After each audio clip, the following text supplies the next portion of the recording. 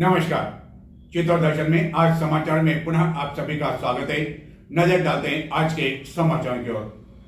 चित्तौड़गढ़ में आगामी 23 से 28 दिसंबर तक आयोजित किए जाने वाले राष्ट्रीय स्वदेशी महोत्सव की तैयारियां जोर शोर से आरंभ कर दी है। इस दौरान प्रतिदिन विभिन्न सांस्कृतिक कार्यक्रम आयोजित किए जाएंगे। 300 से भी अधिक स्टॉलें लगाई जाएगी। इस दौरान 25 दिसंबर को सांसद खेल महाकुंभ का युद्ध स्तर पर समापन समारोह भी आयोजित किया जाएगा एवं कई प्रतियोगिताएं इस दिन आयोजित की जाएगी। चित्तौड़गढ़ के शहीद मेजर नटवर सिंह विद्यालय खेल प्रांगण में आगामी 23 से 28 दिसंबर तक आयोजित होने वाले राष्ट्रीय स्वदेशी महोत्सव की तैयारी जोर शोर से आरंभ कर दी गई है। इस दौरान 25 दिसंबर को सांसद खेल महाकुंभ का समापन समारोह भी आयोजित होने वाला है। स्वदेशी महोत्सव में स्वदेशी उत्पादों की 300 से अधिक स्टॉल लगाई जाएगी। जैविक खाद्य उत्पादन, पीतल, तांबा, कांसा, मिट्टी, लकड़ी के बर्तन, हैंडीक्राफ्ट में जूट, बांस, जेम्स, ज्वेलरी, फर्नीचर आदि की स्टॉलें भी लगाई जाएगी। एवं देश के कई राज्यों से इस दौरान व्यवसायी अपने उत्पाद यहां लेकर पहुंचेंगे।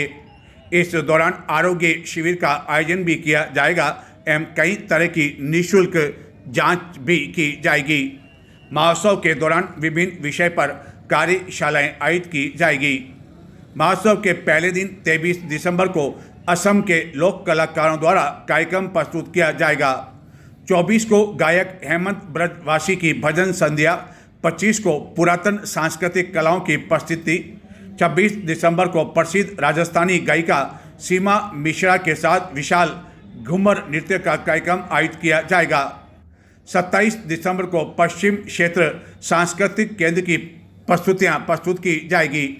इस महोत्सव में भाग लेने के लिए चित्तौड़गढ़ के सांसद सीपी जोशी द्वारा कई केंद्रीय मंत्रियों आदि को भी आमंत्रित किया गया एवं उन्होंने सांसद कार्यालय में इस आयोजन को लेकर एक बैठक भी आयोजित की।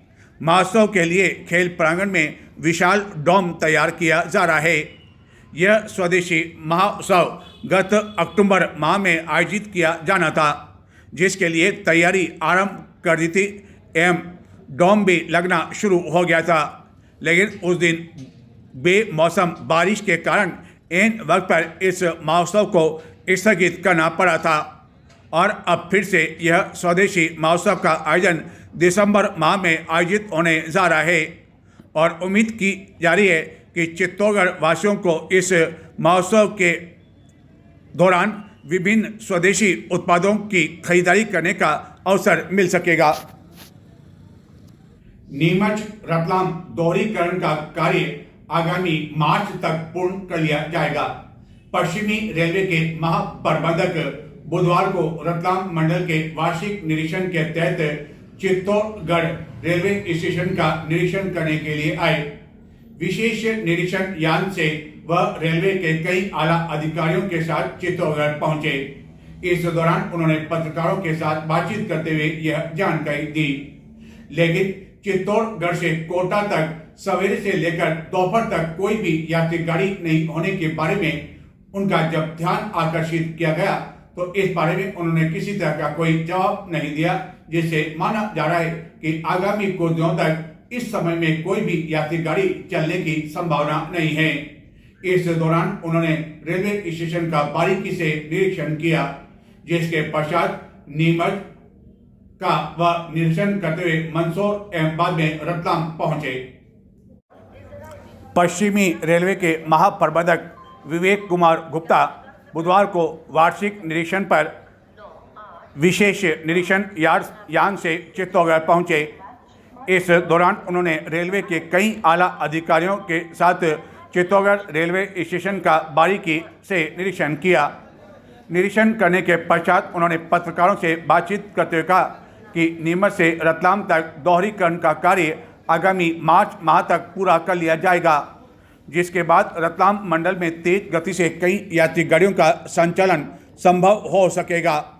उन्होंने कहा कि दिसंबर में यह कार्य पूरा होना था, लेकिन विभिन्न कारणों से यह कार्य पूरा नहीं हो सका और अब आगामी मार्च माह तक यह कार्य हर संभव हालत में पूरा कर लिया जाएगा।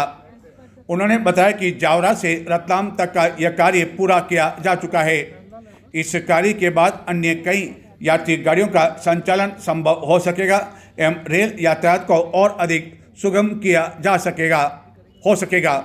उन्होंने एक प्रश्न के जवाब में कहा कि रेलवे हादसों में गत वर्षों के मुकाबले काफ़ी कमी आई है। विभिन्न स्थानों पर मवेशियों के मालगाड़ी या यात्री गाड़ियों की चपेट में आ जाने से होने वाली घटनाओं के बारे में पूछे जाने पर जीएम ने कहा कि कई स्थानों पर फेंसिंग का कार्य किया जा चुका है, लेकिन इसके लिए लोगों को भी जागरूक करना होगा कि वह अपने मवेशियों को पटरियों की ओर नहीं ले जाए। उन्होंने यह भी बताया कि आने वाले दिनों में चित्तौड़गढ़ रेलवे स्टेशन का जीर्णोद्धार किया जाएगा। यात्रियों की सुविधाओं के लिए एक नए भवन का निर्माण करवाया जा चुका है, जहाँ की यात्रियों को कई तरह की सुविधा मिल रही है, लेकिन आने वाले दिनों में मौजूदा रेलवे स्टेशन के स्थान पर नया भवन तैयार किया जाएगा। चित्तौड़गढ़ से कोटा तक सवेरे से लेकर दोपहर तक कोई भी यात्री गाड़ी नहीं होने के बारे में जब उनका ध्यान आकर्षित किया तो उन्होंने इसे विशेष गंभीरता से नहीं लिया, जिसके कारण माना जा रहा है कि हाल फिलहाल इस मार्ग पर इस समय कोई गाड़ी चलने की संभावना नहीं है। महाप्रबंधक ने बताया कि यात्रियों के सुविधाओं का विस्तार और स्टेशन का आधुनिकीकरण रेलवे की इस समय सर्वोच्च प्राथमिकता है। उन्होंने रतलाम मंडल के डीआरएम अश्विनी कुमार के साथ कई अधिकारियों का साथ निरीक्षण करते हुए आवश्यक दिशा निर्देश प्रदान किए। रेलवे स्टेशन के मुख्य gate, platform, waiting room, ticket counter, parking area आदि का निरीक्षण किया। इस दौरान उन्होंने रेलवे स्टेशन में यात्रियों के जाने के लिए प्रथम एवं द्वितीय द्वार के बारे में जब जानकारी ली तो कहा कि एक का उपयोग प्रवेश और एक का निकासी के लिए किया जाना चाहिए। उन्होंने अधिकारियों को यात्री सुविधाओं सुधार में किसी प्रकार की कमी नहीं रहने के निर्देश देते हुए कहा कि रेलवे द्वारा कई स्थानों पर आधुनिकीकरण पर बल दिया जा रहा है। जीएम रेलवे के कई अधिकारियों एवं अन्य कर्मचारियों के साथ जब विशेष निरीक्षण यान से चित्तौड़गढ़ रेलवे स्टेशन पहुंचे तो उनकी अगवानी करने के लिए कई अधिकारी मौजूद थे। इस दौरान प्लेटफार्म नंबर 2 पर यात्रियों की सुविधाओं के लिए बनाए गए घाट विशेष उद्यान का भी उन्होंने निरीक्षण किया एवं पत्रकारों से बातचीत करने के बाद वह नीमच के लिए रवाना हो गए। कोई बात नहीं, तो 5 मिनट बताइए। सर, नीमच रतलाम दोहरीकरण का काम बहुत धीरे चल रहा है, जो डिस्काउंट पूरा होने वाला था, लगता है कि मार्च तक शायद चलेगा। देखिए, नीमच रतलाम हमारे लिए बहुत ही महत्वपूर्ण परियोजना है और उसका कार्य मार्च 26 तक पूरा करने का लक्ष्य है और हमें पूरा विश्वास है कि मार्च 26 तक पूरा कार्य पूरा कर लेंगे। सर, ये रेलवे चित्तौड़गढ़ जिले में इन दिनों यूरिया खाद के लिए काश्तकारों को जहां काफी संकट का सामना करना पड़ रहा है, वहीं खाद विक्रेता काला बाजारी करने से बात नहीं आ रहे हैं। यही नहीं, पुलिस के पहरे में इसका वितरण करना पड़ रहा है। अधिकारियों की मौजूदगी में भी विक्रेताओं द्वारा खाद के अधिक पैसे मांगे जा रहे हैं। यूरिया खाद के साथ अन्य सामान लेने के लिए काश्तकारों को मजबूर किया जा रहा है एवं काश्तकार इधर से उधर भटक रहे हैं, लेकिन उनकी सुनने वाला कोई नहीं है। रबी सीजन का समय है और किसानों के सामने खाद पाने की जदोजहद एक बार फिर बढ़ गई है। स्थिति यह है कि चित्तौड़गढ़ जिले के विभिन्न स्थानों पर सवेरे के तड़के से शुरू होने वाली खाद वितरण केंद्रों पर लंबी लंबी कतार दोपहर तक देखी जा सकती है। धरती पुत्र कहलाने वाले किसान आवश्यक कृषि संसाधन के लिए घंटों इंतजार करने को मजबूर है। कई किसानों को खाली हाथ ही लौटना पड़ रहा है, जबकि इस समय रबी सीजन का वक्त है और किसानों को अपने खेतों के लिए यूरिया खाद की काफ़ी अधिक आवश्यकता है। चित्तौड़गढ़ जिले सहित अन्य जिलों में सरकारी एवं सहकारी वितरण केंद्रों पर यूरिया की मांग तेजी से बढ़ रही है, लेकिन सीमित स्टॉक और आधार कार्ड आधारित वितरण प्रणाली के कारण प्रक्रिया में देरी हो रही है। काश्तकारों के अनुसार सर्दी का असर बढ़ने के कारण अब गेहूं, को यूरिया की काफ़ी अधिक आवश्यकता है। लेकिन रबी सीजन की मुख्य तैयारियों के बीच किसानों के सामने सबसे बड़ी चुनौती फसल प्रबंधन की बनती जा रही है। खेतों में बुआई और सिंचाई का दौर अपने चरम पर है, लेकिन बाजार और सहकारी समितियों पर यूरिया की उपलब्धता को लेकर अनिश्चितता देखने को मिल रही है। शहर से लेकर गांवों तक कई केंद्रों पर किसानों की भीड़ यूरिया के इंतजार में दिखाई दे रही है। सवेरे से लाइन में लगने वाले शाम तक भी खाली हाथ लौट रहे हैं, जिससे उनकी परेशानी और चिंता दोनों बढ़ रही है। ऐसा भी नहीं है कि यूरिया की कमी कोई एकदम आ गई हो और आगे से यूरिया की सप्लाई नहीं हो रही है, जिसको लेकर किसान सवाल उठा रहे हैं कि आखिरकार इतनी यूरिया आ रही है तो वह जा रही है तो कहाँ जा रही है? क्या ब्लैक मेलिंग करने वाले इसका इन दिनों अनुचित फ़ायदा उठा रहे हैं? शायद ऐसा कहना सही भी होगा, क्योंकि गत कुछ समय से जब मीडिया में यूरिया की कमी, काश्तकारों की परेशानी की खबरें आने लगी तो संबंधित विभाग सजग हो उठा एवं कई स्थानों पर छापामारी कार्रवाई भी की गई एवं ऐसे कई दुकानों पर ब्लैक मेलिंग करते हुए संबंधित दुकानदारों को रंगे हाथों भी पकड़ा गया। यही नहीं, चौंकाने वाली जानकारी यह भी मिली कि यूरिया खाद के बड़ी मात्रा में खाली कट्टे भी जब्त किए गए, लेकिन उसके बाद विभाग द्वारा यह जानने की कोशिश नहीं की गई कि इतनी बड़ी संख्या में जो खाली कट्टे इकट्ठे किए गए उसका क्या हो रहा है। एवं इन दिनों चंदेरिया रेलवे स्टेशन पर माल गाड़ी से यूरिया के कई रैंक भी आ रहे हैं, और ऐसा भी नहीं कि यूरिया अन्य कई स्थानों पर चंदेरिया से अन्य स्थान पर पहुंचाई जा रही हो, क्योंकि अन्य स्थान पर 200 किलोमीटर सप्लाई की शर्त के कारण यूरिया 200 किलोमीटर से अधिक स्थानों पर यहां से सप्लाई नहीं हो रही है। खाद निर्माता कंपनियों द्वारा सप्लाई के लिए ट्रांसपोर्टर से जो टेंडर किए गए उसके अनुसार कंपनियां ट्रांसपोर्ट से रेक या कंपनी से 200 किलोमीटर दूरी तक का ही भुगतान करती है। 200 किलोमीटर से अधिक दूरी पर सप्लाई उनकी शर्त में नहीं आता है। किसानों के अनुसार सीजन की शुरुआत में खाद मिलने में कोई दिक्कत नहीं थी, लेकिन जैसे जैसे फसल की ज़रूरत बढ़ी वैसे वैसे सप्लाई धीमी पड़ती दिखाई देने लगी, जबकि उन्हें अभी खाद की काफ़ी अधिक आवश्यकता है।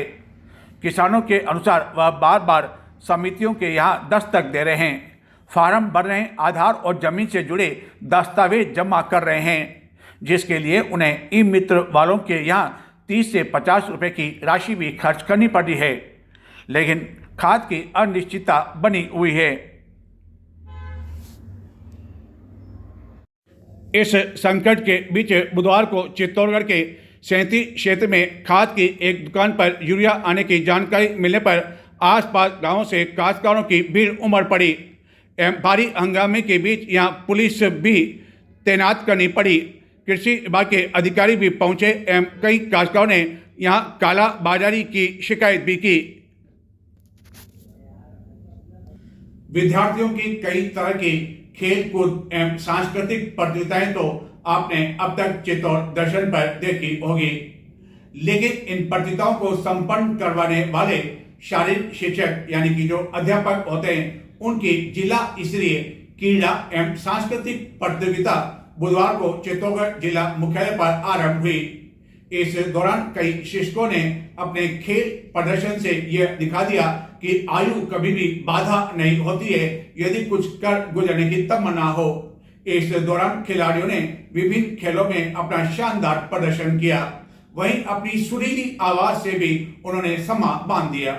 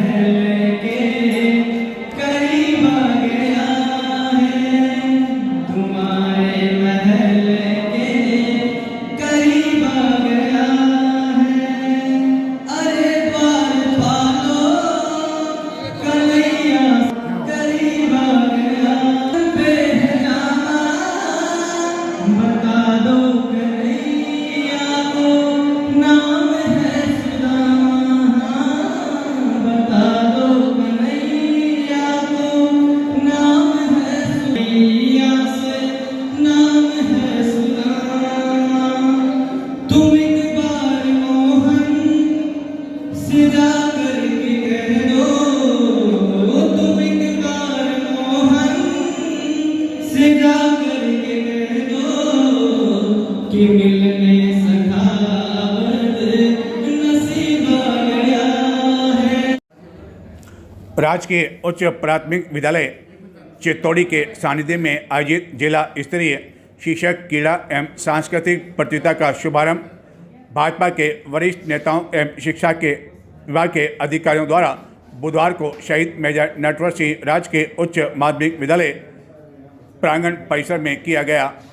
आयोजक विद्यालय के प्रधान अध्यापक महेश नवाल के अनुसार इस अवसर पर शिक्षा विभाग के कई अधिकारी मौजूद थे, जिनके द्वारा मां सरस्वती की प्रतिमा के समक्ष दीप प्रज्वलित कर इसका शुभारंभ किया गया। इस प्रतियोगिता में चयनित लगभग 1000 शिक्षक भाग ले रहे हैं। प्रतियोगिता पर्यवेक्षक रेखा चौधरी के अनुसार 2 दिवसीय इस प्रतियोगिता में विभिन्न खेलकूद एवं सांस्कृतिक प्रतियोगिताओं का आयोजन किया जाएगा, जिसमें चयनित शिक्षक राज्य स्तरीय प्रतियोगिता में भाग लेंगे। मंडल अध्यक्ष राकेश मोर एवं जिला अध्यक्ष दिव्यराज सिंह ने कबड्डी प्रतियोगिता का शुभारंभ करवाया। गणेश उनियारा ने बताया कि इस अवसर पर मुख्य निर्णायक के रूप में रतन गुजर, राजेंद्र गगरानी, कमलेश सोमानी, राजेश ओझा, परमीला गदिया, कैलाश मालू, कैलाश तोतला, राजेश दादीज, तिलकेश आचार्य, चंद्रकांत शर्मा, जगदीश खटीक, देवकी नंदन वैष्णव, मंत्रालय कर्मचारी अध्यक्ष राकेश मोर सहित बड़ी संख्या में पुरुष और महिला शिक्षक उपस्थित थे। पहले दिन विभिन्न तरह की एथलीट प्रतियोगिताओं का आयोजन भी किया गया, जिसमें शिक्षकों ने अपने हुनर का परिचय दिया। वॉलीबॉल में चित्तौड़गढ़ टीम ने राशमी ब्लॉक को हराकर अगले राउंड में प्रवेश किया। फुटबॉल में निम्बाड़ा ने भोपाल सागर को हराकर अगले राउंड में प्रवेश किया, जबकि बास्केटबॉल में गंगरार ने बदेसर को हराया और निम्बाड़ा ने चित्तौड़गढ़ को हराकर अगले राउंड में प्रवेश किया। प्रतियोगिता का समापन समारोह गुरुवार को आयोजित किया जाएगा, लेकिन समापन समारोह से पहले फाइनल की प्रतियोगिता आयोजित की जाएगी।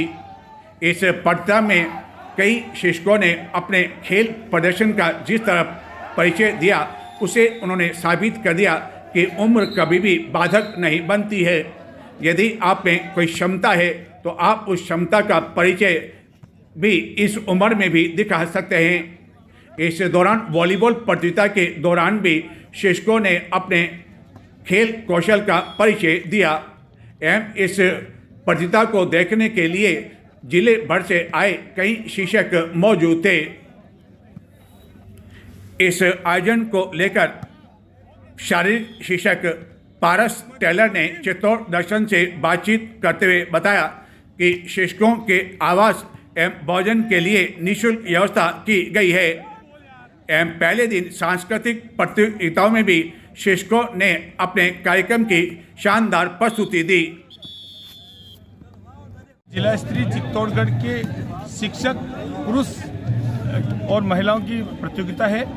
इस प्रतियोगिता में चित्तौड़ जिले के समस्त ब्लॉक से जो चयनित शिक्षक हैं वो यहाँ इस प्रतियोगिता में भाग ले रहे हैं और महिलाएं जो सीधे यहाँ पर जिला स्तर पर भाग ले रही हैं उनका चयन राज्य स्तर के लिए किया जा रहा है। इस प्रतियोगिता के अंतर्गत समस्त खेल है, फुटबॉल, वॉलीबॉल, कबड्डी और बास्केटबॉल, शतरंज और एथलेटिक्स, जिसमें 100 मीटर, 200 मीटर, 400 मीटर गोला फेंक, बैडमिंटन, टेबल टेनिस और सांस्कृतिक की प्रतियोगिता है, जिसके अंतर्गत एकल गान है, विचित्र वेशभूषा है, समूह गान है, समूह नृत्य है। ये सभी प्रतियोगिताएं यहाँ पर हो रही है।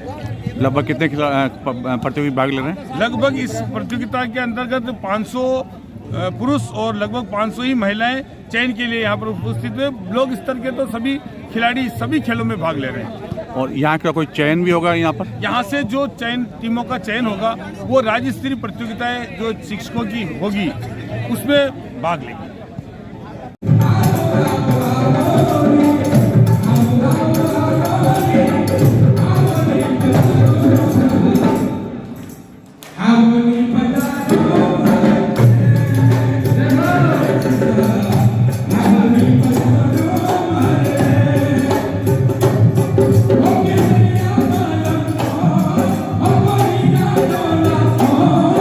Okay.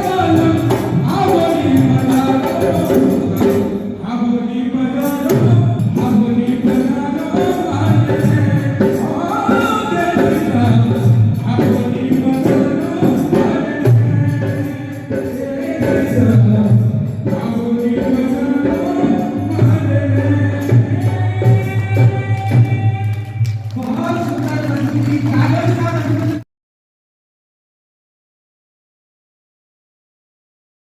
ये थे आज के समाचार। नमस्कार।